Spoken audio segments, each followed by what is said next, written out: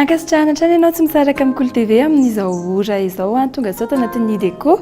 Ny arabanao aloha dia arabaina ihany koa isika rehetra natratra saoma tsara ny krismasy. Ho amin'ny androany dia maro ny zavatra ho atolotraianao atao anatin'ny Ideko. Anisan'izany ny karazana lucky bambou, ao ihany koa ao anatin'ny meuble design, meuble vita avy amin'ny rotin. Ao anatin'ny Ideko jardin kosa isika dia anaraka jardin japonais.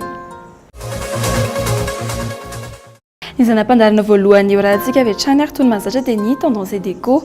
Atao anatin'ny tendance déco amin'ny androany dia somary afaka kely satria zavamaniry afaka ataonao haingon-trano marimarina kokoa, haingona latabatra no rosanao dia tsy inona izany fa ny lucky bambou.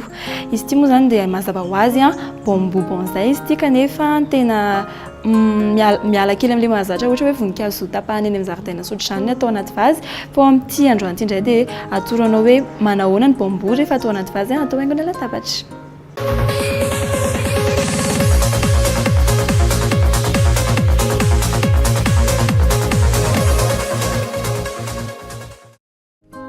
Lucky bambou no antsoina ity bambou kely haingon-trano sady haingona latabatra ity. Raha tokana nazatra antsika hatramin'izay ilay voninkazo tapahana eny an-jaridaina na ihany koa eny rehetra eny no atao anaty vazy dia fantaratra fa amin'izao fotoana izao dia ny lucky bambou indray no lamaody. Ny lucky bambou dia azonao atao haingo ao amin'ny salon, azonao atao haingo ao an-dakozia na ihany koa eny amin'ny couloir sy ny sisa. Raha horesahana misimisy kokoa ny mahakasika ny lucky bambou dia maro karazana izy ity ary samy azo atao haingon-trano tsara avokoa. Mazava ho azy bonsai ny lucky bambou. Ankoatr'izay, misy manasokajy azy ity ho zavamaniry porte bonheur na ihany koa mitondra vintana tsara. Bambou izy io amin'ny sinoa lazainy fa mitondra porte chance izy io dia misy longévité mampaela velona zany. Fa amintsika aloha dia tsara izy anaovana décoration ana salon sady sahirana tsika mitady voninkazo isan'andro raha ny fotsiny ny atao anatiny dia nefa izy tsara tarehy. Zao ny bambou izy rehefa mirandrana dia rery indray izy rehefa miolakolana efa miolana zany dia izy fohifohy zao ry amin'ny cheminerie dia ity indray bambou pyramide dia ry amin'ny côté ry indray zany le bambou ohatra manao escalier ohatra zao. Zay zany ny karazana bambou azontsika atao haingon-trano ary mba idée déco design mba miova amin'ilay hoe fleur coupée no ataontsika any anaty vazy. Tsy sarotra ny fikarakarana sy ny fambolena ny lucky bambou. Atao anaty vazy izy miaraka amin'ny fakany toy izao. Mahavelona sy ampitombo azy ny rano ao anaty vazy iny. Andeha rahantsika ny fanazavana makasikasika an'izay. Reto bambou reto dia tsy dia manahirana ohatra ny voninkazo rehetra fa rano fotsiny no ataontsika eo aminy, tsy mila hoe asorina ny rano dia ariana indray fa tena tapohana fotsiny izy rehefa akaiky ritra. Fa zany hoe mba amin'ny maha-bambou azy lucky bambou mihaja be izy zany dia mba tsara kokoa raha mba hoe vazy cristal no ampiasaintsika. Raha tsisy vazy cristal moa tsika dia vazy ohatran'ireny vazy rehetra ireny. Izy zany tsy manahirana mihitsy fa dia maniry fakana ohatran'izao hitantsika izao izy dia mitombo eo izy dia asorina fotsiny izay raviny mavomavo izay fotsiny zany resaka bambou tsisy manahirana mihitsy. Mba hampivoaka tsara ny endriky ny lucky bambou dia tsara raha atao amin'ny vazy boule toy izao izy arakaraka ny endrik'ilay bambou. Rehefa somary lava toy izao kosa dia vazy cylindrique no tena mety. Ankoatr'izay rehefa be velarana izy dia mazava ho azy tokony atao mifanaraka amin'izay ihany koa ny vazy asiana azy.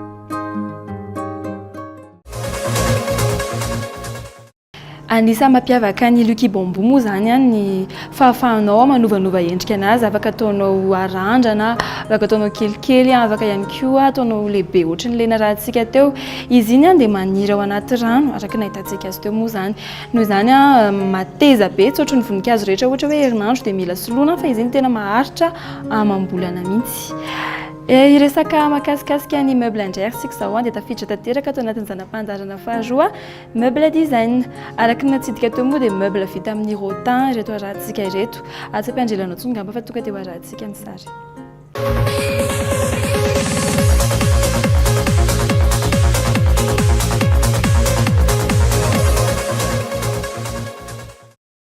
Iresadresaka momba ny meuble en rotin isika atao anatin'ny meuble design.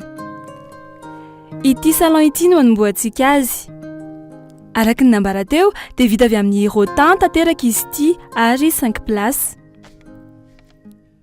malalaka tsara ny safidinao raha ho ataonao meuble de jardin izy ity anome endrika ny terasy ihany koa nefa raha eo amin'ny terasy ny toerana tianao ametrahana azy tsy misy olana ihany koa raha ny efitrano fandraisam-bahiny toy izao asehonao izao anisan'ny mampiavaka azy ity ihany koa ny endriny izay voajanahary na naturel ka anome endrika tsara ny tranonao sy ny zaridainanao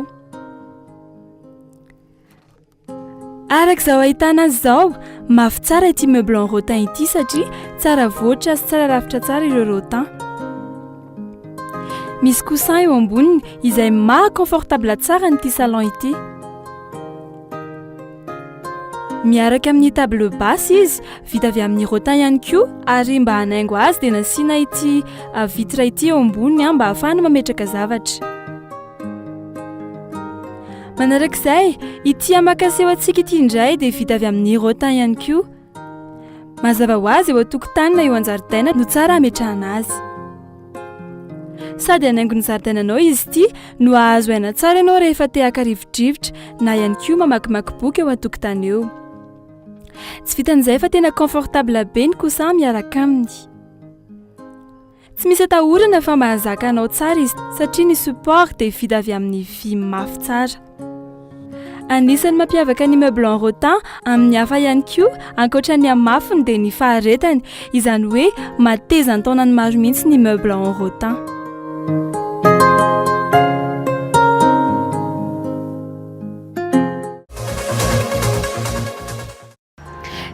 les meubles style 3-2-1 raha antsika teo iny zao dia afaka ataonao haingo eny amin'ny terrasse afaka ataonao haingon-jaridaina zany hoe meuble de jardin nefa ihany koa afaka ataonao amin'ny trano fandraisam-bahiny raha ny fikarakarana azy ireny indray mba tsy zany hoe tsy hampiovany loko moa zany na tsy hampiovan'le rotin iny dia asiana citron hosorana citron indrindra hoe raha eo an-tokotany ametrahanao azy dia mety hoe ho lany lenany orana na ihany koa ho lany masoandro dia hosory citron na voasary makirana dia hitanao fa hijanona ohatran'iny foana le meuble en rotin zay dia izao kosa indray sika dia hiresaka ny eo an-jaridaina ho amin'ny ity an'io ity ary dia resaka jardin japonais karazana jardin japonais no arosanao somary avaka kely izy ity tena mahafinaritra be mihitsy nijery anazy angamba tsy hampiandrelanao tonga dia andonga eo raha antsika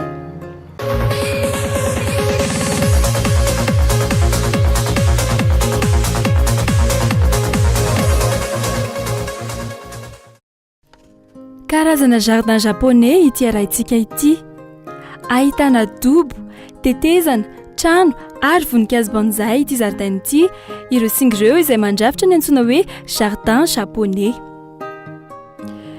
mahavariana izy ity amin'ilay izy toy ny tanàna kely iray mihitsy ity tantsika ity izao dia lapan'ny avoloha satria isika eto Madagasikara dia nampifanarahana amin'izay ihany koa ity jardin ity aleo raha antsika misimisy kokoa ny fanazavana mahakasikasika ny jardin japonais ity hitantsika ity no atao hoe jardin japonais dia mbola miverina eto amin'ny bozaka tsika zao bozaka maitsomaitso dia palmier sika izy ity mantsy mbola ho asiana kaskady zany hoe eo ampamitana azy zahay ity jardin japonais ity dia ohatrany hoe ny any Japon zany toerana kely fotsiny dia misy ny zavatra rehetrarehetra izy io zany sady misy dobo dia misy an'ireto bonsai kely hitantsika rehetrarehetra reto dia misy trano ohatrany any Japon trano kely dia misy latabatra kely dia misy seza zany hoe kelikely daholo ny zavatra ao anatiny zay le jardin japonais toerana kely nefa ahitana ny zavatra rehetra dia zay zany io jardin japonais io ankoatra ny lapa sy ny trano ary ny tetezana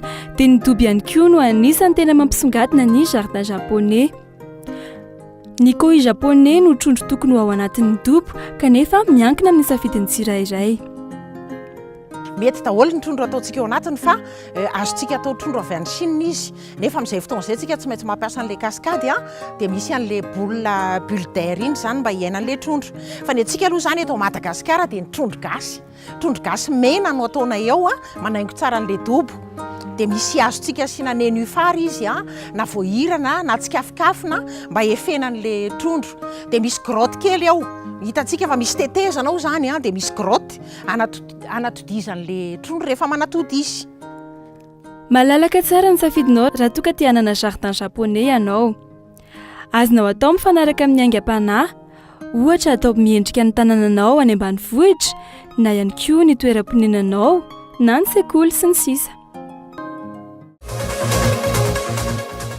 Anisan'ny mampiavaka ny hoe zany antsoina hoe jardin japonais zany moa ny fisian'ny dobo, tetezana kely sy trano, château sy ny sisa.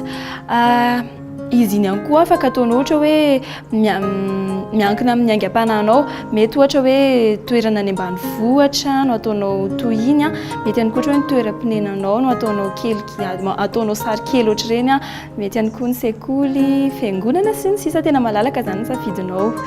Dia izao ihany koa ary tsika dia hiditra amin'ny zanam-pandarana farany sahady ato anatin'ny IDECO tsy ny zany fa ny électrochopping izay hanolorana anao fitaovana iray ilainao tokantrano avo lenta sy hika farany.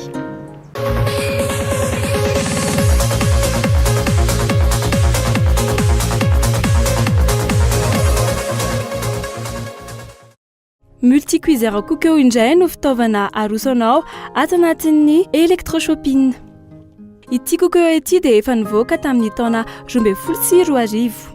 Mampiavaka azy dia misy bouton recette izay azonao misafidy na entrée no karakaraina na plat na ihany koa dessert. Ity multicuiseur ity dia ny mandrindra ny hafanana sy ny faharetan'ny fahandrona azy ary ny isan'ny mpihinana. Azonao atao tsara ny manao manuel azy. Afaka ataonao ohatra cuisson rapide, doré, maintien au chaud na réchauffé. Mariana fa manana mémoire mazaka 100 recettes be izao ity multicuiseur cooker ity. Mbola afaka ampinao anefa izany satria efa misy fitsifohana clé USB eo aminy. Avy eo télécharger automatiquement ao amin'ny mémoire izay recette ao anatin'ilay clé USB. Raha utilisation manuelle no safidinao dia misy ao ny cuisson sous pression, réchauffé, maintien au chaud ary cuisson classique izay misy option mijoté, doré ary cuisson douce. Afaka mahandro arakaraka ny karazana ingrédients ihany koa ny multicuiseur cooker. Mba hampazava azy bebe kokoa dia andeha ho arahintsika ny fikarakarana ity sakafo iray ity antsoina hoe bœuf bourguignon. Voalohany tsindriana ilay recette sy ny isan'ny mpihinana. Asehon'ilay appareil avy eo ireo ingrédients ilaina. Rehefa vita izay dia manaraka tsotra fotsiny izay etapa asehon'ny cooker amin'ny fandrarana ireo fangaro. Misy bipa kely sy phase de décompression rehefa masaka ny sakafo.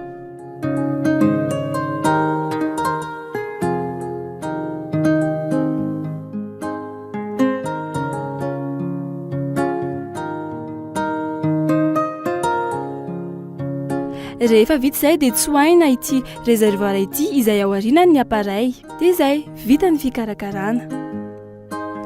Anampy anao tokoa ity multicuiseur cooker ity araka izany indrindra ho anao tsy dia manana fotoana betsaka hikarakarana sakafo.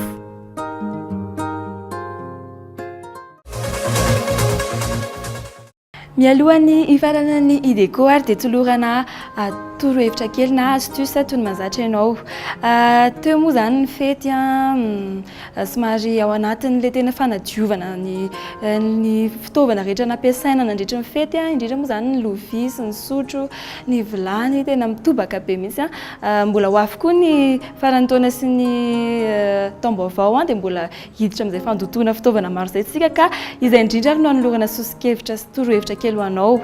Matetika be menaka sy mandry na ohatra hoe le tsy haiko hoe misy gâteau kely amin'ilay vilia dia sarotra esorina. Ny torohevitra arosanao ary dia asivo vinaigre blanc, ny liquide vaisselle na ny savony somary ampiarahana kely amin'ny vinaigre zany dia vitanao fa tena adio mangirana mihitsy ny vilianao sy ny fitaovana rehetra ao an-dakozia ao. Dia hifarana amin'iny ihany koa no ny torohevitra mahakasika ny vinaigre blanc fa hiova lohahevitra hafa indraintsika amin'ny astuce manaraka. Dia izay ihany koa ary no mamarina ny IDECO amin'ny tsy androany ity dia hisaorana ianao nanaraka izany hatramin'ny farany, hisaorana ihany koa ny mpiara-miasa rehetra, hisaorana ny teknisiana nanampy tamin'ny fanatontosana ny fandaharana dia mirarantsika rehetra hatratra ny taom-baovao. Veloma daholo.